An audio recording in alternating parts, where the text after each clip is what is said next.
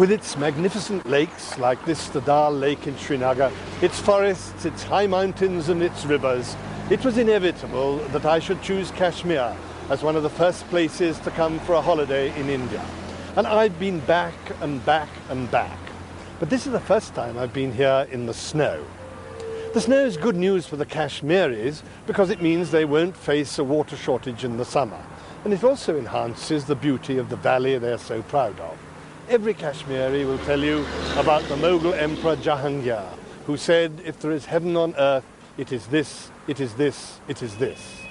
But they'll also tell you that their heaven has become hell, because they're caught in the crossfire between the Indian security forces and the Muslim separatists.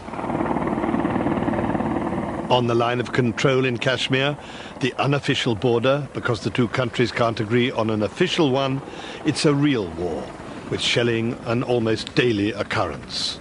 The Indian army is determined to hold its ground. There goes a tracer.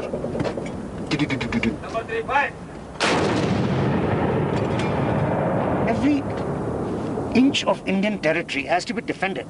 And it's not important whether it is a worthwhile piece of land or worthless piece of land. It is just India and it has to be defended. Pakistani officers are equally keen. Really, the blood gushes in our veins, and really we enjoy it. The Muslim separatists, intent on taking control of all Kashmir, infiltrate from the smaller part controlled by Pakistan and called Azad or Free Kashmir. Pakistan calls these militants freedom fighters. India says they're terrorists and are fighting a proxy war on behalf of Pakistan. We get our training, then we train our friends. We teach them to defend themselves against military and other intruders.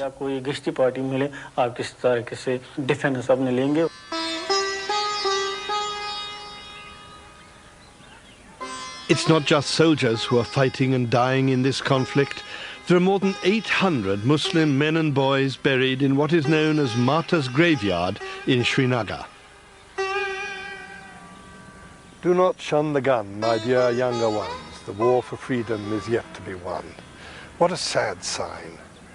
The war goes on, and heaven only knows how many more young people are going to lay down their lives in this brutal battle for Kashmir.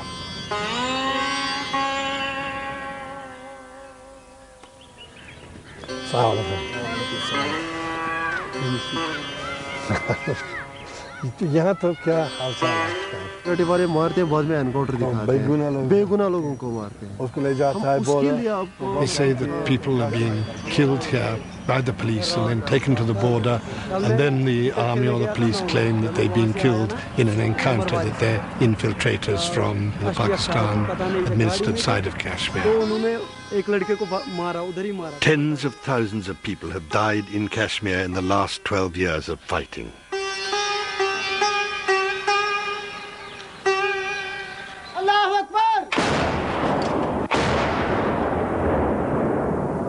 And despair.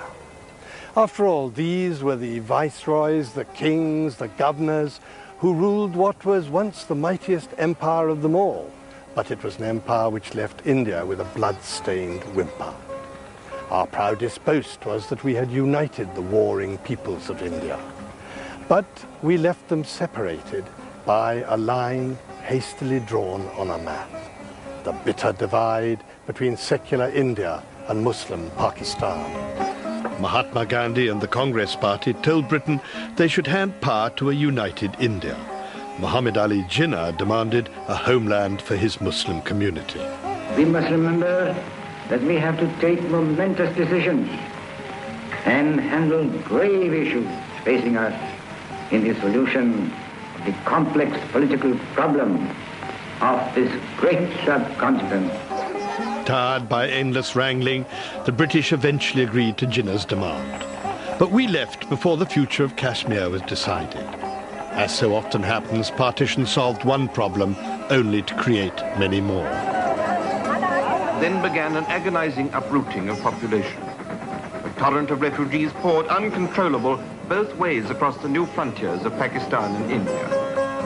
in spite of the mass migration at partition.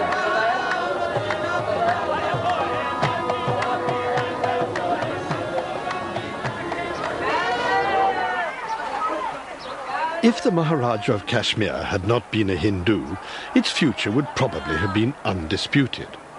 At independence, Kashmir was one of many princely states still ruled by Maharajas.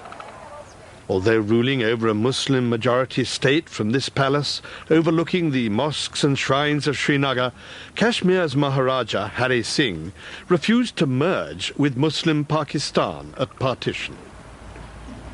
The palace is now a hotel, but for the manager, its palatial past is its commercial future. And this was actually, this bit of the palace was his personal chambers. Yeah, definitely, because this is one of the best bedrooms here. This is one of the biggest bedrooms in the palace. So this is his area, and this is the main palace and the bedroom where he stays. It must have cost him a fortune to maintain. I'm sure it must have. But he had people, he was the king, he owned Kashmir, so for him it was nothing. But when he lost the protection of the British Raj, the Maharaja Hari Singh found he didn't own Kashmir. Soon he was facing a wholesale invasion by tribesmen from Pakistan, determined to capture his state and merge it with their country. The Maharaja appealed to newly independent India for protection. He got protection on condition that he agreed to hand his state to India. Pakistan said we'd been robbed, and with some justification. Kashmir was a Muslim-majority state bordering on Pakistan. But the jewel in the Maharaja's crown, the Kashmir Valley, with its capital Srinagar, remained with India. Only the small slice known as Azad Kashmir, with its capital Muzaffarabad, went to Pakistan. India's claim to Kashmir didn't just rest on the will of the Hindu Maharaja. His opponent, the popular Sheikh Abdullah, was a Muslim, but he too opted for secular India rather than Islamic Pakistan. That considerably strengthened India's case.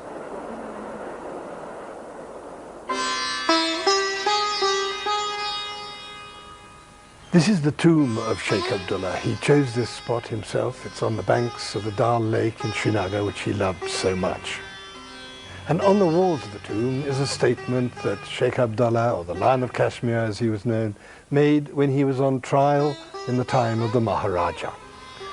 Sheikh Saab said in his defense, "Where law is not based on the will of the people, it can lend itself to the suppression of their aspirations." And at the end he went on to say that he held that sovereignty resides in the people. All relationships, political, social and economic, derive authority from the collective will of the people. According to Sheikh Abdullah, the people willed that Kashmir should go to India. But he demanded and got greater autonomy than other Indian states to protect Kashmir's unique culture. That autonomy didn't last long, and now the tomb of Sheikh Abdullah has to be guarded day and night to protect it from Kashmiris who resent his opting for India.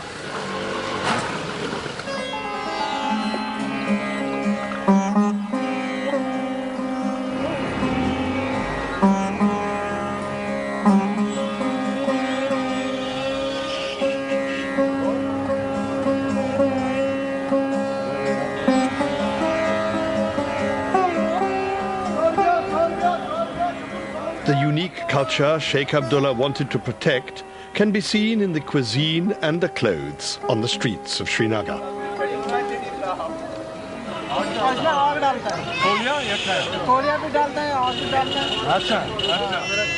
So this is part of Kashmir's tradition. It's a thing called a kangre, which is really central heating, which you carry around with you. Hi, there's one. Now there is a kangre, you see. Inside it you put fire, coal, something like that, and you wear it under your firan. That's the traditional Kashmiri sort of overcoat or cloak. Wonderfully warm there, and it's quite warm there. 12 ghanta? So they say it'll last for 12 hours. Whether it's a fire hazard or not, I'm not entirely sure. I just imagine it is. Across the valley, in homes and small sheds, beautiful carpets are woven and cloth embroidered, wood carved and papier-mâché painted. All are unmistakably Kashmiri.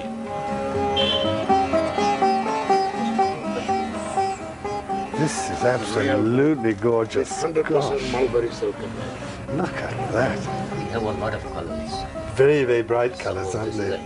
With the green, green and gold. Oh, look at that gold. Yes, yes, yes. Yeah. So this is papier-mâché, which is again another of the specialities of Kashmir. You won't find it anywhere else in India. It's part of the Kashmiri tradition. And each day they can only put on one color. So the green goes on one day, the gold goes on the next day, the orange goes on the third day. So you can imagine the delicacy of the work. Everything done by hand, no machine in this. Everything done by hand, no machine, nothing in this. Islam here is unmistakably Kashmiri too. Even before dawn on a cold winter day, Muslims gather for worship that the Pakistani-backed militants would certainly not approve of.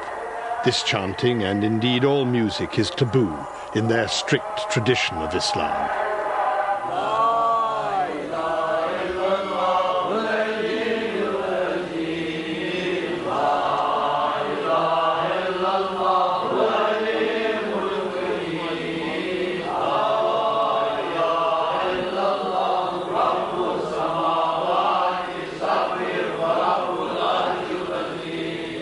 Hello, and nice to see you again. Very nice to see you. The secretary of the Friday Mosque in Srinagar says the tradition goes back to the original conversion of Kashmiris from Hinduism and Buddhism. There were only Buddhists and Hindus. They used to go to temples, they would start chanting there. And in Islam, see, this was not exactly permitted. But people would not get that satisfaction. So Mir Ali Hamdani, he has permitted that we can have this chanting. So it started from that place. Because when most Hindus converted to Islam, they would not get that satisfaction. They didn't quite get the satisfaction without the chanting. Sitting like this and then worshipping Allah. And then that wonderful tradition has continued to this day. Yeah.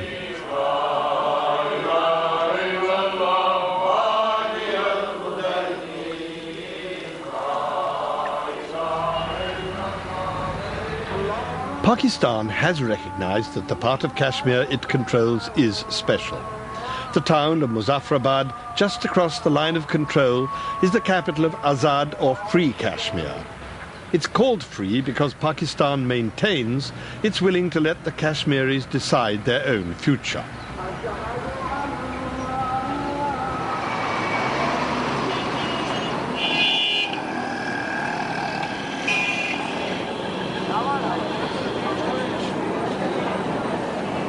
But it's still totally under the control of Pakistan. Living in India, it was Pakistan which wouldn't give me a visa to visit Muzaffarabad. There is a parliament, but the architecture isn't quite true, just as the freedom of Azad Kashmir isn't quite true. Pakistan claims it has the interests of all the people of this beautiful valley at heart. Kashmiris are our blood relations, and both in occupied Kashmir and in Azad Kashmir. It's all one country. But Pakistan regards wresting control of Kashmir from India as its right and its duty. On the other side of the line of control, India has turned Srinagar into a city under occupation. Maintaining this is not because Kashmiris might want independence, but to protect them from Pakistan's proxy war. I remember reporting the uprising in Srinagar that started this 12 years of turmoil. But India isn't just facing an armed insurgency in Kashmir, it's facing an uprising. The people of Srinagar, the capital of the valley, have shown time and time again that they don't want to stay in India. So long as the uprising continues, the threat of a fourth war in the subcontinent will remain. Mark Tully, BBC News, Delhi. Some young Kashmiris took to arms and were supported from Pakistan, which hoped to force India to negotiate on Kashmir. As India tried to crush demonstrations like this, so Pakistan was able to turn what was a movement for independence into a holy war and encourage fighters from its own and other Muslim countries to join in. Come out and do God's work. We will give you training. We will give you arms. 1543, move inside with speed, over. Indian security forces aroused hostility among all Kashmiris by their intrusive and all too often violent searches for militants and their arms. In 1990, anger about the security forces' behavior sparked off a peaceful protest in which 100 people were shot dead as they tried to cross this bridge in the middle of Srinagar.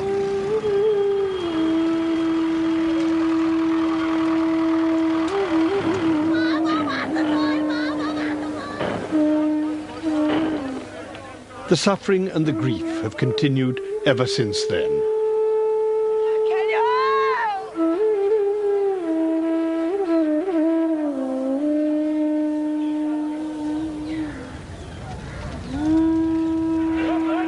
But the Indian security forces have not defeated the militants. A suicide attack, like the one in Delhi, was carried out here at the Assembly building in Srinagar last year. 38 people were killed. Although all the windows were smashed in this room here, the chairs are still there, everything is in position. It looks like some sort of committee room. And it's in sharp contrast to over here, where the main fighting took place. Grenades were thrown, there was firing between the security forces and the militants. And obviously, of course, also there was a fire inside there too. And there's a lot of work to be done there yet to restore it to normalcy. In Muzaffarabad, on the other side of the line of control, it's clear that the problem of Kashmir won't end, simply because the Pakistan government says it's giving up its support to the armed struggle. The rocket pointing towards Srinagar is a symbol of the determination to oust India from Kashmir. And so are these words etched on the mountains. Kashmir will become Pakistan. And that's what many Azad Kashmiris apparently want.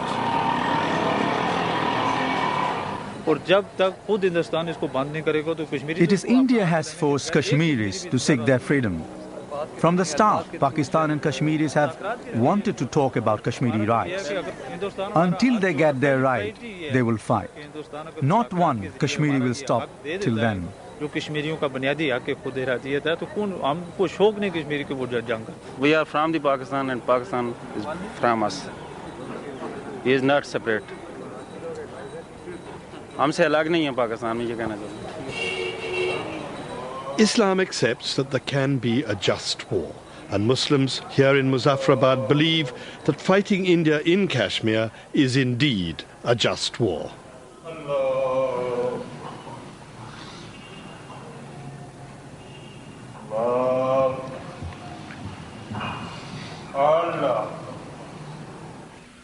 Back across the line of control, India's attempts to what it calls sanitize Srinagar, to keep it free of attacks by the militants, are still causing hardship and resentment to everyone in the city.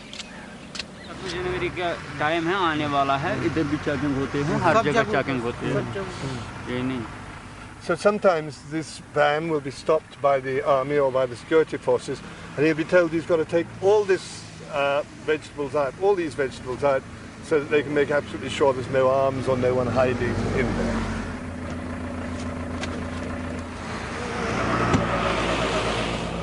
There are times when innocent Kashmiris have to pay a heavier penalty than the driver taking that delicious spinach known as haq to the market.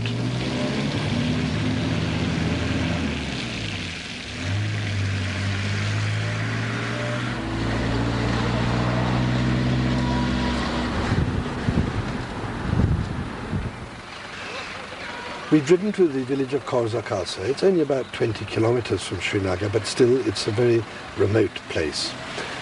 It's impossible for the security forces to keep an eye, to patrol all these villages, and so obviously these are the sort of places where the militants hide out. Sometimes they hide out with supporters, and sometimes, of course, they force people to give them shelter. And there was indeed an incident in this village, a clash between militants and the security forces, about 10 days ago. हाँ sir घटना हुआ था हाँ sir इस मकान में क्यों होती है क्योंकि एक ही जगह पर सर्दी की वजह से ठंडी की वजह से एक ही जगह रह गए. So apparently what happened that in January the security forces got information that there were some militants, Kashmiri separatists, hiding in this village. So they came here, they surrounded the whole village. All the villagers were forced to leave their houses and go and sit outside. They were kept outside for 3 days, apparently, by the security forces. The security forces then searched through the whole village. They found eventually 3 militants in one of these houses. They fired on the houses. There was a blast. Nobody quite knows what the blast was caused by. And eventually the 3 militants were killed. So there's a divided opinion here. Nobody seems to have much hope for the future at present. One young man says that the Indian government just wants to kill all Kashmiri people. The headmaster standing beside me says, no, that's the opinion of an immature young man. There must be a political solution, but the trouble is the leaders are blind. They don't seem to be looking for a political solution. Most people in Srinagar seem to be thoroughly fed up with the struggle. They want the security forces who cause them so much trouble off the streets, but realise they won't go until the separatist attacks stop. तो आप क्या चाहता है? बस आज़ादी और कुछ नहीं चाहते हैं. बस ना भारत ना पाकिस्तान सिर्फ सेपरेट रहना चाहते हैं बस. तंग आ गए हम दोनों से तंग आ गए. अच्छा. He's saying, if I can speak without getting cut, that he doesn't want India or Pakistan. He wants independence. Both India and Pakistan have caused us a lot of trouble, and therefore, I suppose in a sense what he's saying is a plague on both your houses. Vitamin E. Oh, that's nice. Oh. Despite the good-humoured encounter with my barber, Srinagar is not the fun city it used to be. I can well understand why he and so many others wish both the security forces and the militants would leave them in peace. Between the two of them, they've destroyed the main industry, tourism. Kashmir was one place which did justify the travel agent's description, a tourist's paradise. No guidebook on India would ever have been published without a chapter on Kashmir, one of the premier tourist destinations. But this is what the latest rough guide to India has to say. Although technically open to visitors, the Kashmir Valley, for all its undeniable beauty, and that's certainly undeniable, remains a war zone we strongly recommend you steer clear of, hence the absence of a chapter on the region. And that's an economic disaster for Kashmir, which used to attract thousands and thousands of tourists every summer. Indians, wearied by the heat of the plains, would flock here. Most tourists who came to Kashmir wanted to stay on houseboats on the Dal Lake. So, Manzoor, how bad is business now? It's very bad. There is no business at all. Our houseboats in the valley are all empty. People have started doing, the people from houseboat community have started doing their different jobs now. We used to get reservations 1 year ahead, sometimes 2 years ahead. You had some famous people here, didn't you? Of course. Once upon a time, Mr. George Harrison has stayed. Really? Have you got evidence of George Harrison? Of course. Can I see it? Yes, of course. You can see and read. Good handwriting. Yes. To Mr. Butt with thanks, a very peaceful stay at Claremont, and special thanks to Rahman, who served us exceptionally well. My wife and I were overwhelmed by it all.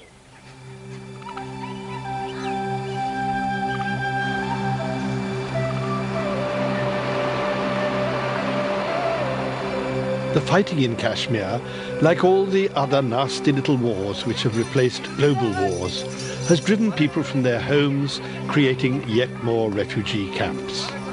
There are several in Muzaffarabad for Muslims who have fled across the line of control.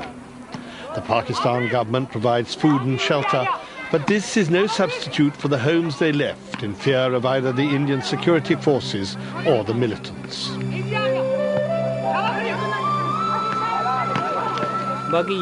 Almost everyone here has been attacked. There is nobody here who doesn't have a relative who the army hasn't killed or attacked. Sometimes, many times. That's why they have escaped here to this place. No one is here because they want to be here. Muslims and Hindus living in harmony is part of the Kashmiriat the separatists say they're fighting to preserve. But their violence and threats have driven thousands of Hindus from Kashmir, and they are now refugees in Indian cities.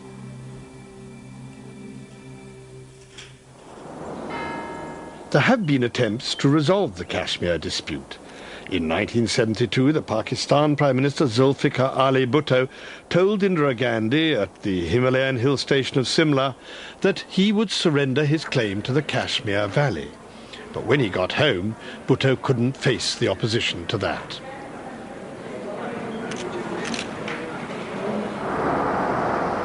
Last year, President Musharraf of Pakistan travelled to Agra to meet his Indian counterpart, Prime Minister Vajpayee.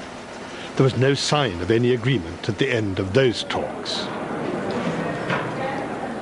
The problem is the received wisdom in both countries, that no president or prime minister could water down the position on Kashmir and survive politically. No leader seems to care about the sufferings of the Kashmiris. Zafar Miraj is a journalist who was abducted, beaten up and left for dead. Perhaps by the Indian security forces, perhaps by the militants. He doesn't know. So there's really no pro-Pakistan feeling here any more than there's a pro-Indian feeling, is there? No, earlier there were some people, there was some percentage that was for Pakistan. But during the last 12, 15 years now, we've seen enough. You won't find, you will hardly find any person, maybe those old Jamaat Islami people or somebody. Otherwise, ordinary Kashmir hates Pakistan as much as he Saved by just one hair from tragedy, as they would say in Urdu, now his family, like so many Kashmiris I've met, just wish Vajpayee and Musharraf would stop playing politics and end their futile standoff. This home in Srinagar is a microcosm of the tragedy that's engulfed the whole of Kashmir, pinned the Indian army down in a conflict that's costly in casualties, threatened Pakistan with being declared as a nation that sponsors terrorism, and bled the exchequers of both countries. Kashmiris like Zafar have paid the price for India and Pakistan's fight over their homeland for more than 50 years. A fight in which Kashmiris have no say. India has constantly refused to allow any international mediation. But with the real threat of nuclear war, it hasn't been able to keep America or Britain out of the argument. Indians ignored the threat of a possible nuclear conflagration when they first tested a nuclear device. We welcome it. One should be prepared to defend the country. India should have done it long time back. When Pakistan proved capable of responding to India's nuclear test, its scientists were treated like a victorious cricket team. They're garlanded and feted. The architects of Pakistan's nuclear program returned from the desert as heroes. But the crisis in Kashmir is not a cricket match. With no communication system in place to prevent misunderstandings about nuclear intentions, South Asia feels a dangerous place to live in. Fearing that India's threat to go to war might escalate into a nuclear conflict, America and Britain lent heavily on President Musharraf, forcing some concessions from him. Let me also assure the world community that Pakistan is doing nothing across the line of control.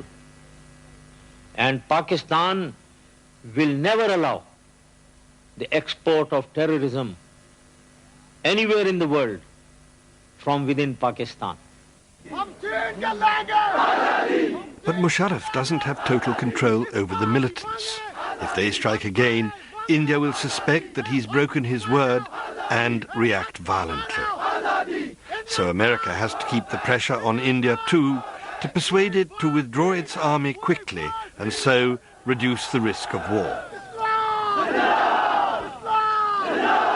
मौत से न डर जवान मौत ही तो मीत है मौत से न डर जवान मौत ही तो मीत है मृत्यु से महान कौन इस जहां में जीत है मृत्यु से महान कौन इस जहां में मीत है. India too has people ready to die for the cause. Unlike Pakistan, India has a secular constitution, but Hinduism does cause some problems. These Hindu nationalists promising to lay down their lives are the hardcore of the present ruling party. They put pressure on the government to take a tough line on Kashmir and Pakistan. The cost for both countries of such a rigid position on Kashmir is high. India and Pakistan both run up massive bills for defence each year. And that's money which could be much better spent on helping millions of people to lift themselves above the poverty line on both sides of the border.